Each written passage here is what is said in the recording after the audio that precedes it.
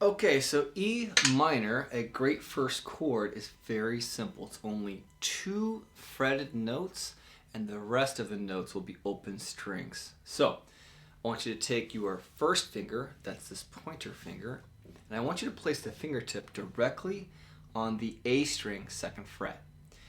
E, A. That's this string right here, 2nd one down from your nose. And I want you to follow it 1st fret, 2nd fret. And I want you to fret it right in the very middle, okay? Press down nice and firm and strike that note. Now I'm just using my thumb on my right hand to do that. And just getting a nice, solid, clean note. If you're hearing this, you gotta press down harder. But don't press down so hard that it's hurting your finger, okay? So there's a balance to be had. I want you to keep that there.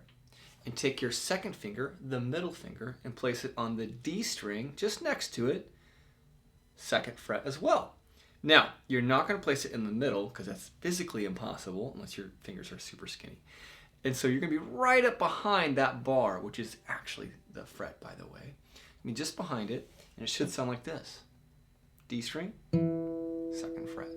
Okay? So play those two together. If at any point you're hearing a buzz, you're probably not fretting hard enough.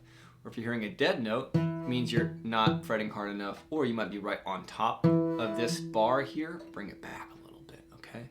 And then I want you to strike all 6 strings from that lowest string, the one closest to your note, to your nose, that is. And with your thumb, just run down all 6.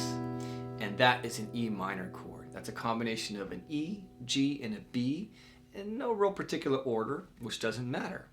E, G, and B on any instrument, especially on guitar, is a beautiful sounding E minor chord. Go ahead and strike all 6 strings like that, and that's it.